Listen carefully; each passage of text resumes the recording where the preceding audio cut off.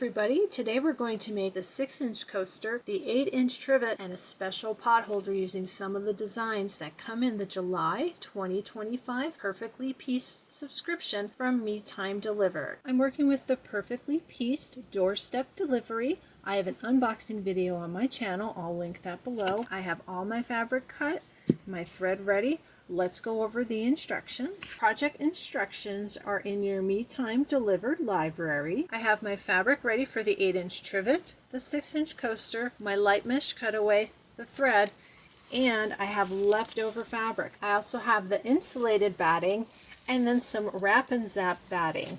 This is not listed in the instructions. This is something that I like to use when I make pot holders and oven mitts. I use both a layer of the wrap and zap 100% cotton and a layer of InsulBright. The doorstep delivery edition this month does have some InsulBright included. I do have some on hand in my closet, and this is what the wrap and zap looks like. It's a product by Pellon. I'll put information in the description box below. I'll do the 8-inch trivet on camera. The 6-inch coaster is going to be the same process. They're exactly the same project, one's just bigger than the other. Your first step for the trivet and the coaster is going to be to get your 2 pieces of the backing fabric, fold them in half widthwise, wrong sides together, and then you want to press those. Here's the backing fabric for the trivet. Lengthwise is the long side, widthwise is the short side. So you'll fold them like this, wrong sides together, and press.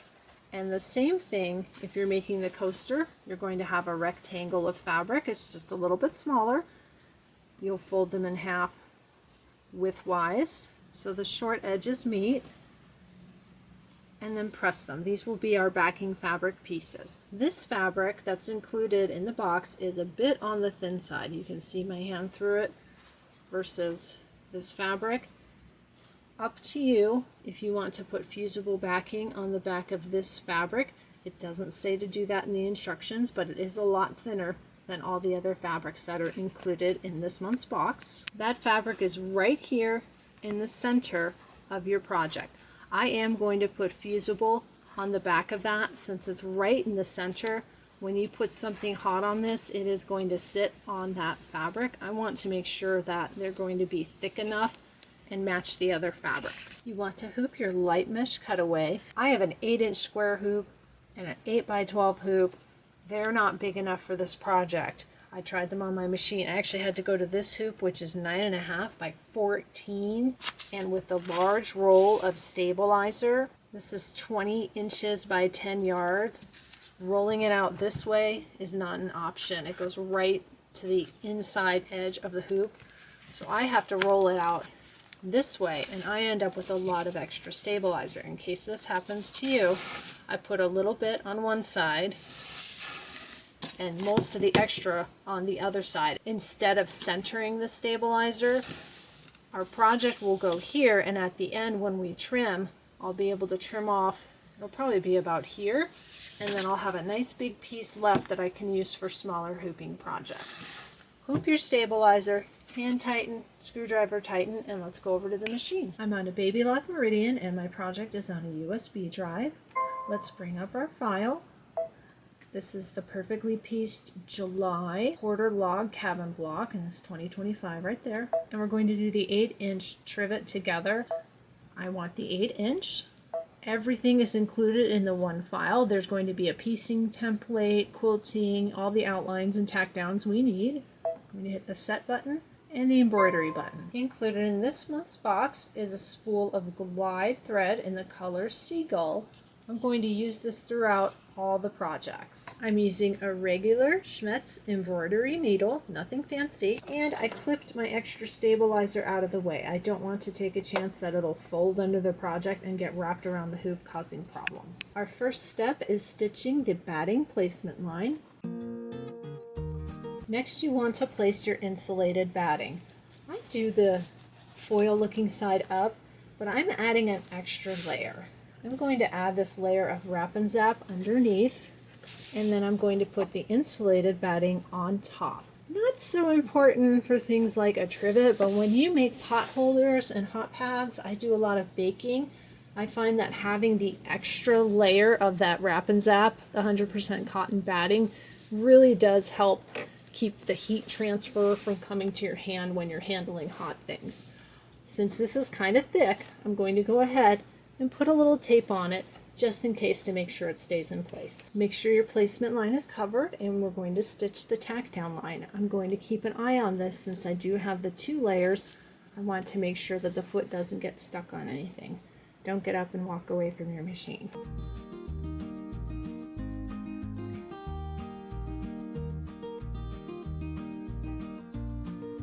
You probably saw my hands during that, and as the machine was coming around here, it started to slide and bunch.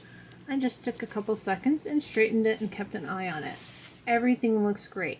Once you've got that outline stitched, we're going to go ahead and trim everything away from the outside of that outline, leaving that little flower in the center. Our next step is stitching the piecing template. This is going to go around your little tulip shape, and then there's going to be rectangles going back and forth across this. So I'm going to sit here, keep an eye on this, because I have that extra layer in my project. Even if you don't, the InsulBright's a little puffy. You want to make sure your presser foot does not catch going over these edges that we just trimmed.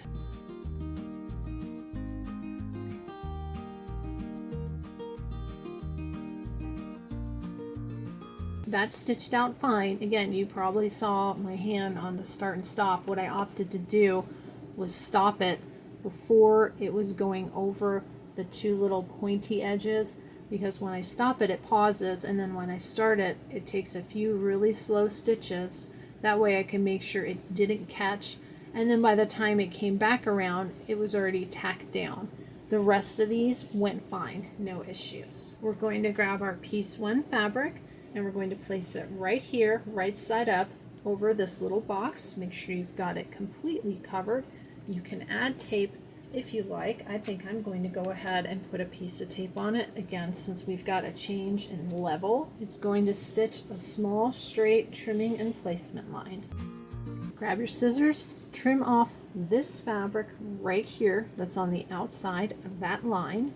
Once you have that trimmed, you're going to take your piece 2 fabric, lay it right side down, and look at the direction. If you want your fabric, if you've got like a little butterfly or flowers going in a certain direction, pay attention to it. If not, it doesn't matter.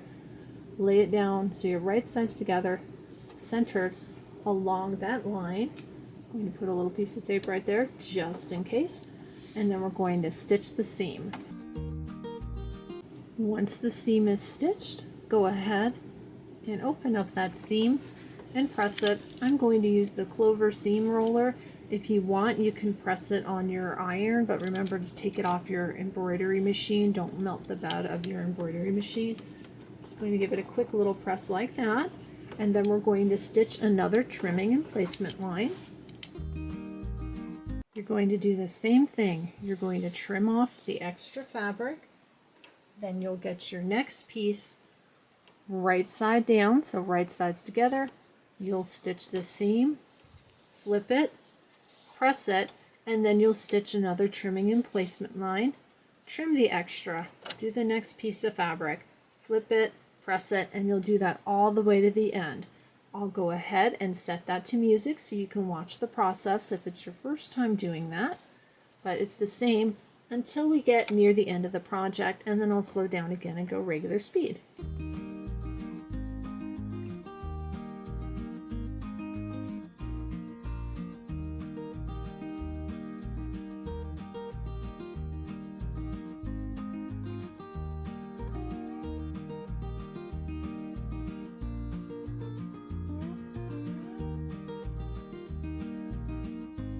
We're at step 50 of your instructions. We've built our quarter log cabin block.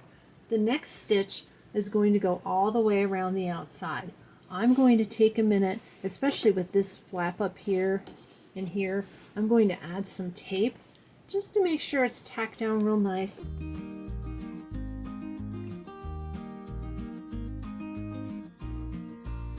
If you added tape like I did, go ahead and take off the tape, because the next step is going to stitch the all over quilting, and you don't want to get that tape caught under your quilting. It'll be really hard to remove.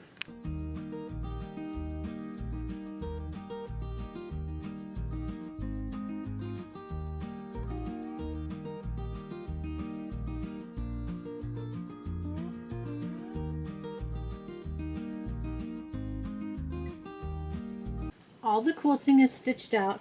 You can see bumps in some places. That's because we trimmed around that shape in the beginning, remember? So right here, there's no batting or InsulBright, but over here there is, so there's a little bump. So if you're seeing bumps or puckers, don't panic. The next thing we're going to do is stitch the back placement line. I've got my project off my machine, and you need your 2 back pieces.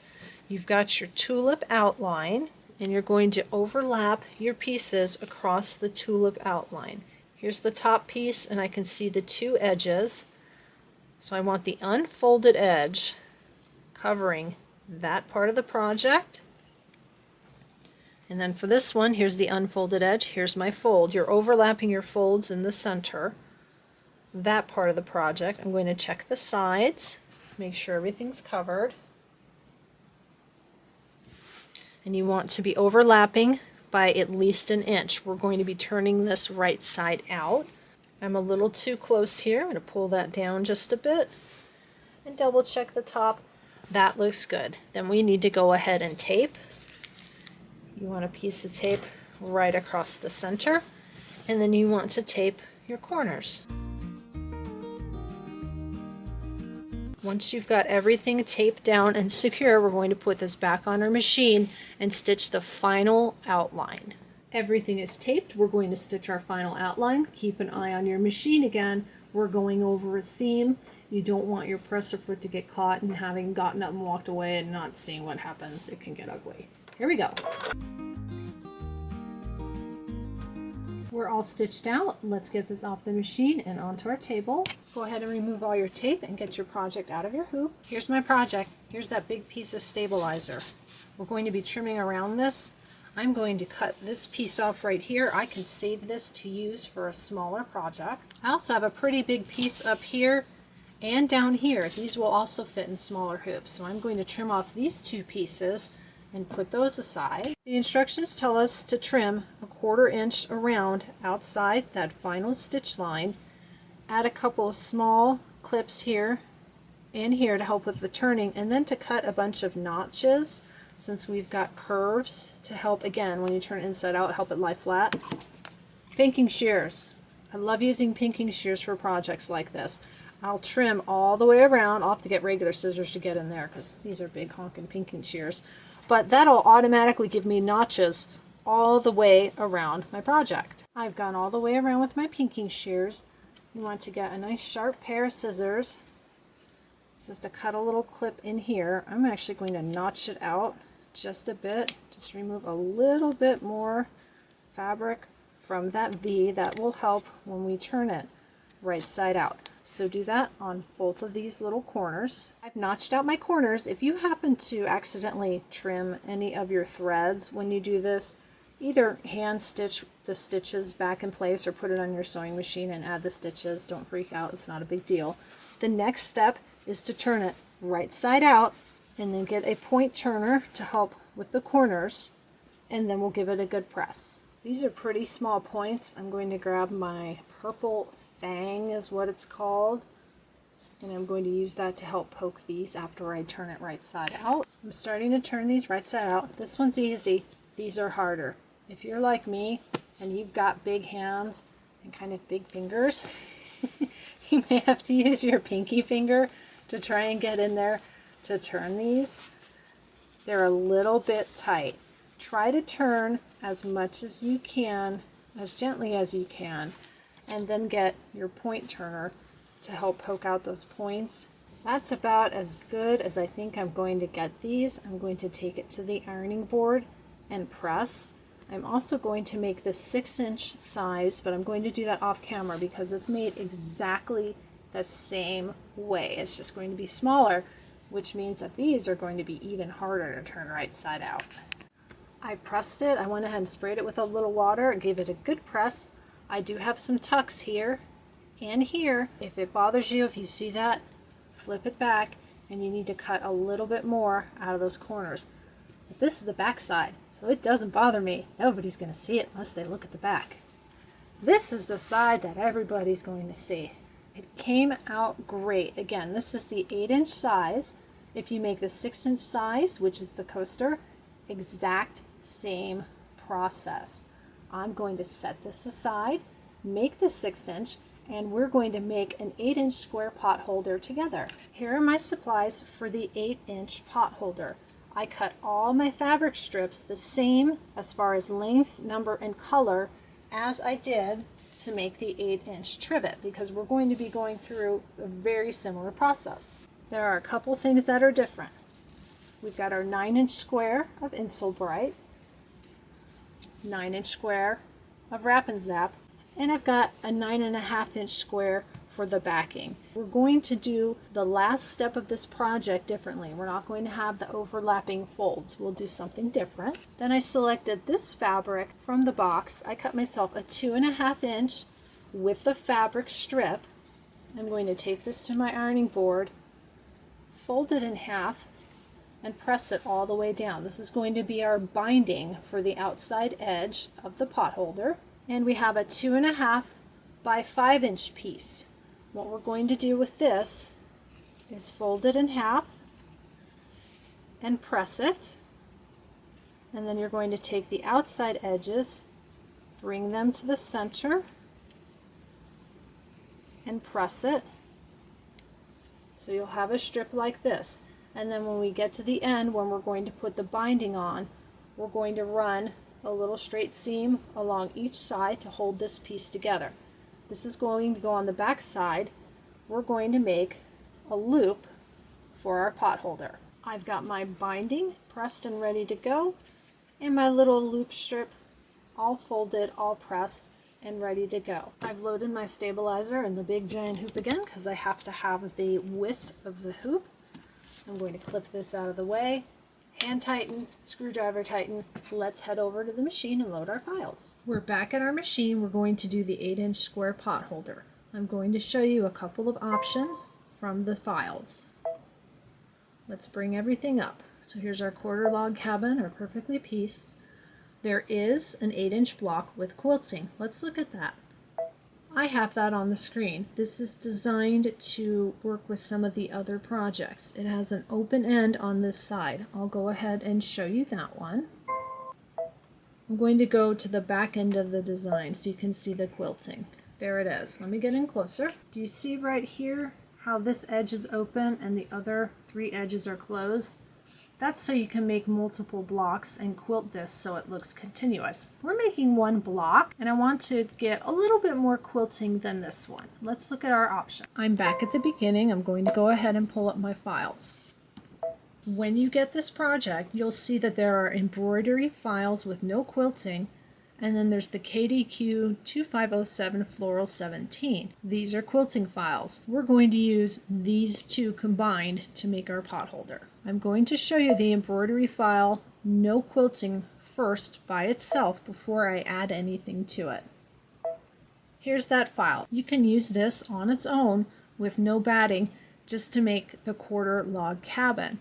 However, when we go into embroidery, you can see that this starts with the piecing template. We're going to be adding quilting to this, and I want to lay down the InsulBright and the Wrap and Zap before the piecing template. We're going to go ahead and add our quilting file on top of this. I have to back up a step in my machine. Now I have a button down here that says Add. We go back to the USB, and I'm going to pull up the background quilting that you get as part of this month's projects. You have 2 options, block by block and clear blue tiles. You want clear blue tiles if you're doing continuous quilting. We're not. We're doing one block. Let's pull up the block by block, and we're going to do an 8-inch square block. It's down here on the bottom.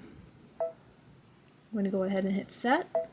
Now I have both things combined. However, when I hit embroidery and I'm ready to start, it still starts me at that piecing template. I want a placement line and a tack down line for my batting. You can do a couple of things. You can let it do the first outline and stop it, and then put down your batting, back it up, and do it again and use that as a tack down. That works. Or what I'm going to do to make sure I don't make a mistake with that, I've got my plus minus. I'm going to go backwards from the end. You can see the very last thing that we're going to do is the quilting.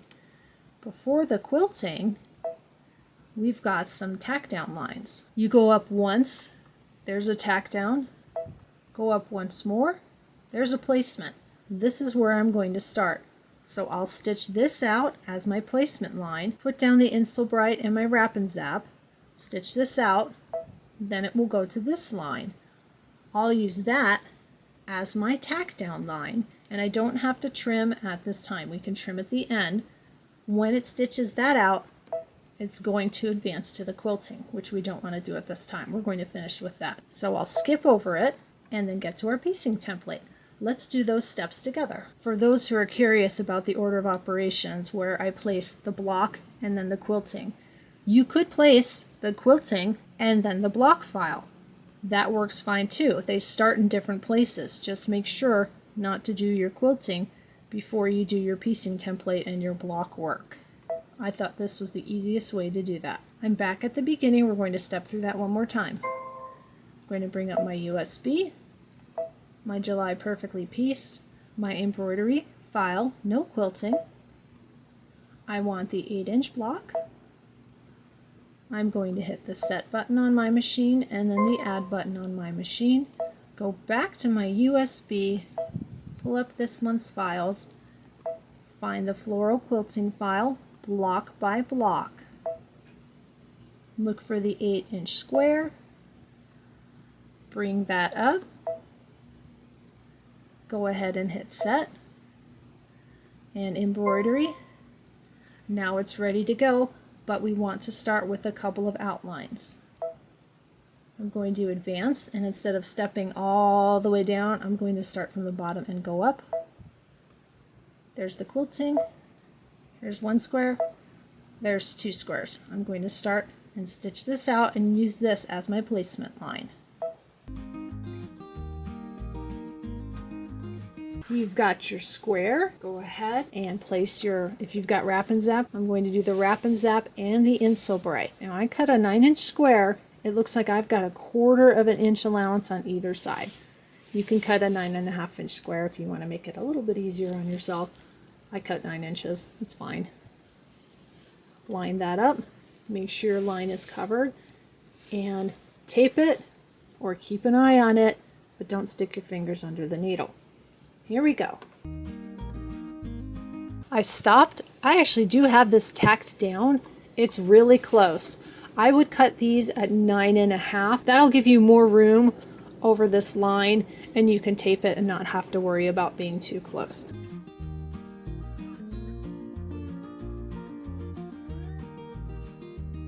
Everything is tacked down. I'm going to go ahead and remove my tape. Now it wants to do the quilting. We don't want to do the quilting yet. We're going to advance. I see the piecing template. That's where I want to be. We want to put this right on the InsulBright, and then we're going to go through the exact same steps we just did making the trivet.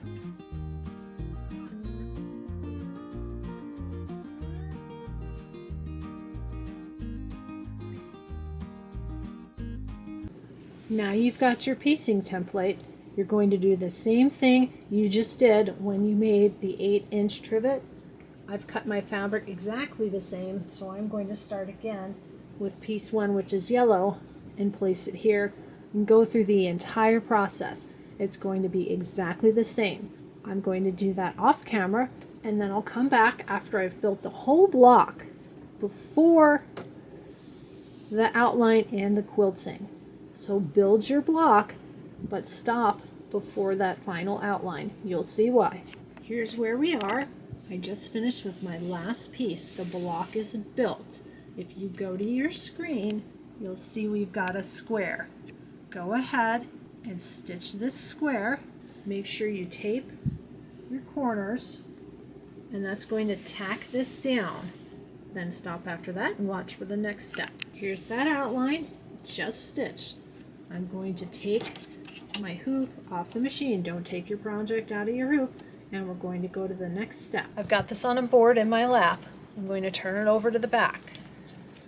You can see the outline stitch that we just did on our machine. Get your piece of backing fabric. I cut this at 9.5 inches, which turned out to be a great idea. This is easily fits over and covers that stitching. If you're new to Kimberbell, there are a lot of projects that they do where you're taping stuff to the back of the hoop. So I know this will work. You want to make sure you cover all those outside lines, and then you want to tape it. I am going to tape full on all sides because I don't want this to move. This is going to be on the bed of the machine. Get some tape, tape this down really well. When you're taping from the back side, if this is new to you, don't push because you've got that gap.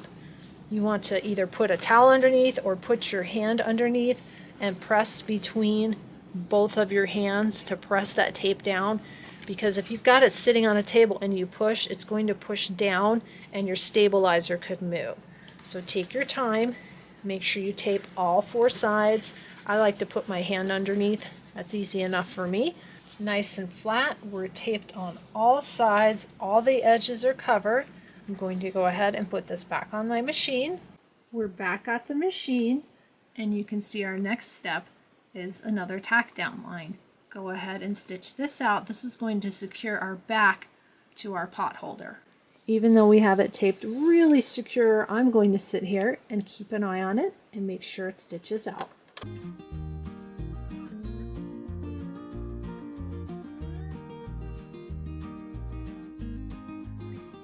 That went around just fine. I'm going to pull this off and examine the back of my hoop, make sure everything looks okay. Here's the back.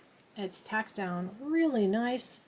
I'm happy with that. And I do like that that line stitched a little bit inside the other line because I was a little close to the edge on this. Let's put this back on the machine. Remember, we combined files, so it's going through the whole step of placement and tack down for the second file, which is the quilting file. We don't need this square right here. We can go ahead and go through that. We want to start our quilting. There we go. Now my quilting is ready. I'm going to hit OK. We didn't need those other squares because we already have all of our fabric placed, the batting placed. What those other lines are batting placement line, batting tack down line, then you would trim your batting, fabric placement line, fabric tack down line, then your quilting. But because we combined this with building that quarter log cabin block, we didn't need all those little squares. We just needed a couple to tack down our quarter log cabin block and to secure our backing to the back side. Now we're ready for our quilting.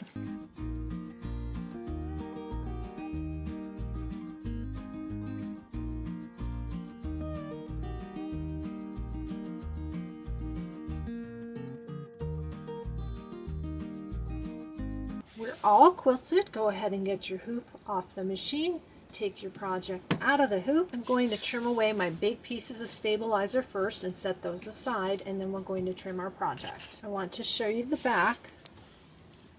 We've got the square inside the tape. That's why I didn't remove my tape before I did the quilting. I knew the quilting wasn't going to go over it. There was no reason to remove that tape at that time. If you look at the front of your project, you've got 2 lines here. You've got an outside line and an inside line. Flipping to the back, the inside line is the line that goes through from front to back. It went through all of the layers. I'm going to use this outside line as my trimming line. I think it's a 1/4 inch away. Let's go ahead and grab a ruler. It's a 1/4 inch away. That's going to be an easy way to trim this. You can go ahead and trim right on that outside line.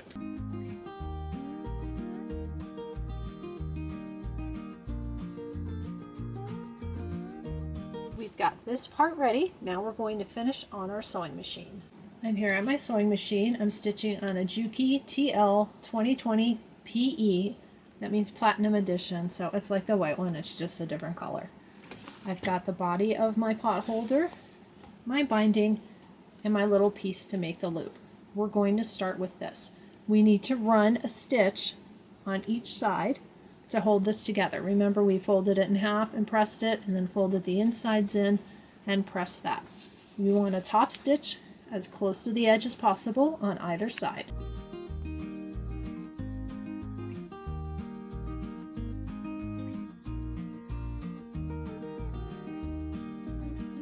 This is my loop. Now you need to decide how you want your pot holder to hang and where you want the loop. If you're going to hang it up, do you want the loop up on this side, the yellow side, maybe one of the other two sides? I'm going to put it on this side with the two longest pieces meeting. We're going to flip to the back and we're going to place our loop. I'm back at my sewing machine. Here's the corner where I want to hang my loop, and you're going to put it on the back. You've got your fabric here. You can fold it a couple of different ways. If you fold it like this, I know this is going to be kind of weird to watch. This side and this side. See how the loop forms? And it's going to flip to the front. So from the front, it would look like that. These are really minor differences. You flip it this way and this way, the top part is sticking out. So when it flips to the front, it'll look like that. It's just a matter of how you twist it and fold it. So if you hold it like this, and you kind of go inward like that, you'll get that kind of loop. And if you hold it again like this and poke it outward, you'll get that kind of loop. Personal preference. Just be careful not to accidentally get a twist in it. Unless you like the twist and you want to do that, go for it. I'm going to go ahead and fold like this. And it's going to go right here on the corner. And before I do my binding, I'm going to tack that down. I've got it held in place. You can put a pin in it if you want. I want to go ahead and tack it down, make sure it's secure.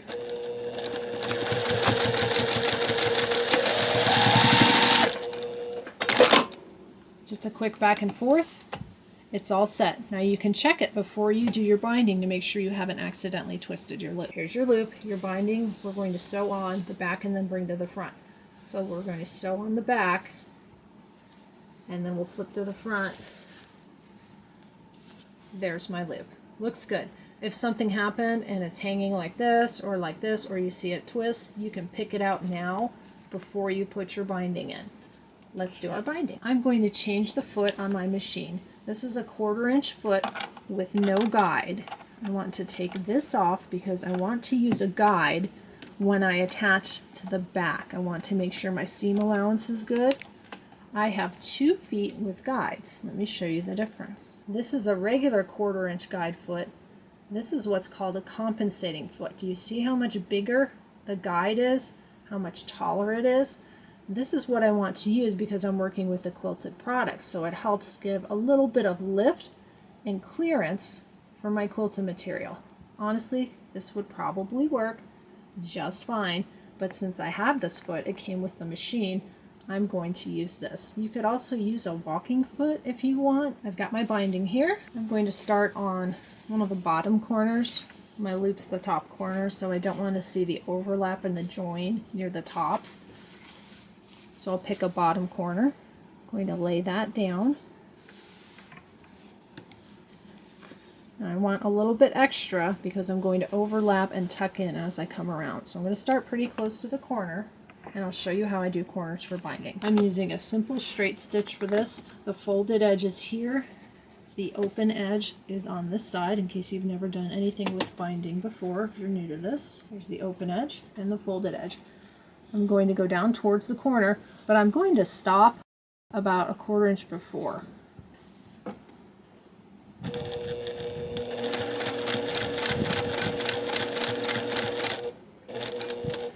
It's really easy to see. Here's your 1/4 inch right here. I'm going to go ahead and pick up the presser foot. I have a knee lift on this machine. I'm going to rotate. I'm going to go ahead and set that down. Now I need to bring my needle up. Make sure your needle is up. Lift the foot. Pull this out. Now that you've got it out, don't cut this thread. I'm going to fold this up. Get that nice 45-degree angle right here. So from the corner, going straight down. It's a little hard to do working around a tripod, like that. And then I'm going to bring this straight down, like that, and continue sewing. I'm going to go back under the needle. Don't cut these threads. We're going to tuck them in when we go around. We're going to go ahead and finish this side. Here I am again at about 1/4 inch. Presser foot up, turn, and let it down. Bring my needle up, pull it out from underneath, fold it up for your 45-degree angle, so you're matching right to the corner of your pot holder. And then you want to fold it straight down, just like that.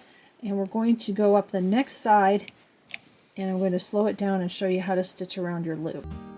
I'm coming up on my loop. Now you see we're stitching it right here. This is actually great having this stitch line right here, 1/4 inch. So we're going to run over the loop here and here. That's fine.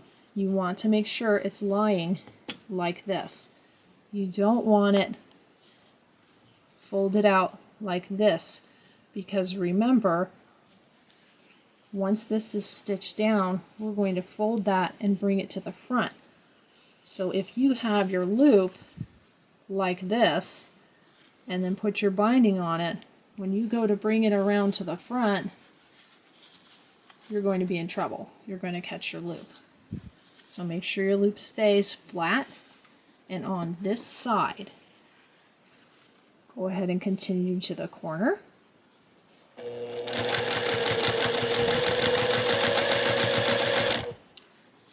And you can check and make sure that you're not accidentally catching it like this. Make sure it's out of the way, just like that.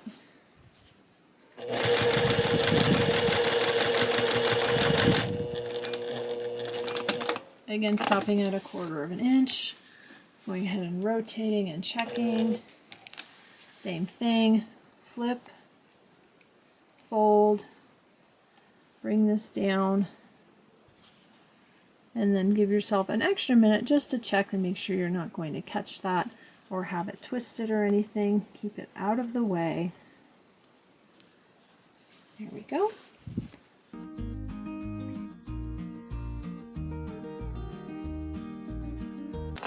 I'm getting back to the beginning. I'm going to open up this piece, fold a little bit under, like that. I want a clean edge to tuck in my fabric. I'll need about this much. Now instead of cutting straight, what I like to do is cut at an angle, and that makes it easier to tuck in and reduces the bulk. So we're going to cut at an angle, like that. Now remember, we cut a width of fabric strip. Pretty close. Not really wasting fabric. You can save this to make another loop if you make another pot holder. Go ahead and tuck that in. And to get that corner in, just grab something and tuck it in. Make sure it's down. And I always like to double check, make sure this back side is down. Sometimes when I do the fold, the back side slips out, and then when I go to flip it around to the front, oops, guess what? It's not sewn down. So make sure that's in there, everything's tucked down, and go ahead and finish stitching your binding. Our binding's attached to the back. The next step, personal preference. Trimming the bulk out of the corners. Pot holder, I don't mind. I think it'll be fine. We're going to flip. You can always do a test corner. Let's do a test corner. Fold and fold. It is a little bulky actually. I will go ahead and trim. Now watch your stitch lines and watch that little thread that I said not to cut. Try not to cut that. If you do cut it, it's not the end of the world. You can run another stitch over it. Let's go ahead and get just a little bit off the corners, especially this corner. This must be my loop corner. Yep, that's the loop corner. I've got the corners clipped. Before I bring this around to the front, I have to change the foot. I need to put my no guide foot back on the machine because the guide gets in the way with this process, because when you bring it to the front, you want to sew as close as you can to the fold, and if you've got a foot on it with a guide, you're stitching right in the middle of your binding. So switch to a foot that doesn't have a guide. My foot is switched. Remember where your loop is. My loop is up here in this corner. It's off camera, so I'm going to start down here, bringing my binding around. I'm going to grab it, and if you're more comfortable clipping it first, that's fine. I'll show you how I do the corners. I'm going to start down here near the bottom, as close to the edge as I can. Make sure everything is tucked in, and let's go down close to the corner. Here we go.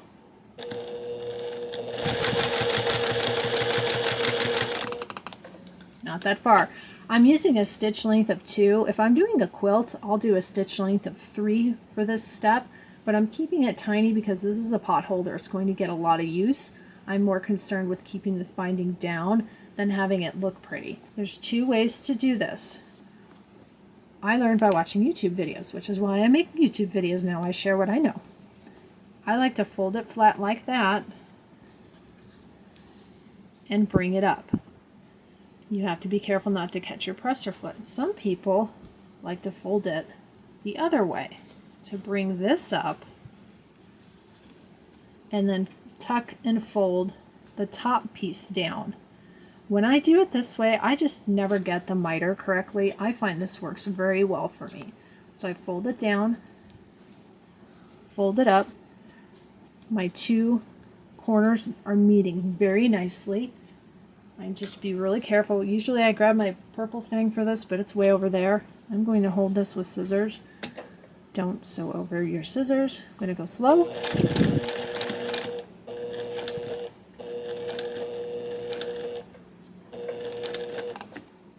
I'm going to go ahead and turn. And we're going to go down this side and do the same thing. I'll show you another corner, and then I'll show you what happens when you get to the loop. I have to apologize. I had a battery fail. I was on continuous film and it cut off as I was filming. I've gone all the way around. Let me go ahead and step through this part as if it wasn't done, because I did want to show this. Say you're bringing your binding around to the front and you're stitching, okay? You get to about here. Here's your loop. You want to make sure you pull your loop up and out of the way. Get it over here before you do your binding, because if you don't, if it's on the back, like if you're going like this, and let's say you think, okay, well, I'm just going to kind of slide it out of the way, and then you kept going, and you kept going, and you went around this way. When you finish, you'll go to pull it out, and uh-oh, it's going to be caught. Ask me how I know.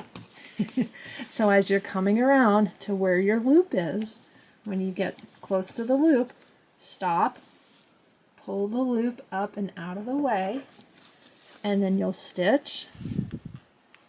And when you get to this point, when you're pulling down and folding and tucking it up, there's a lot of bulk here.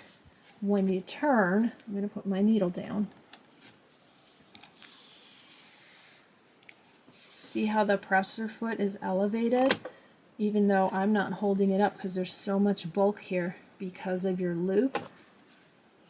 What I had to do as I was stitching just to get it going was slow. I stitched slowly. Let me make sure my needle's up. Slowly help the machine move this through like that. And then once it gets over the bulk, the foot will set back down, and then you'll continue going around and tacking down your binding.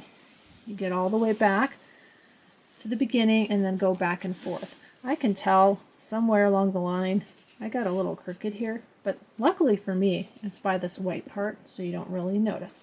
Let's get a look at our potholder. Here's the back side. It's all nice and quilted. It even looks good from the back. And here's the front, and here's our hanging loop, so you can hang this up in your kitchen. Let's get in a little closer. Looks really nice. It's going to complement that trivet and coaster really well. I like it a lot. I'm going to go ahead and stitch out the coaster, and then we'll line all three of them up together and see what they look like.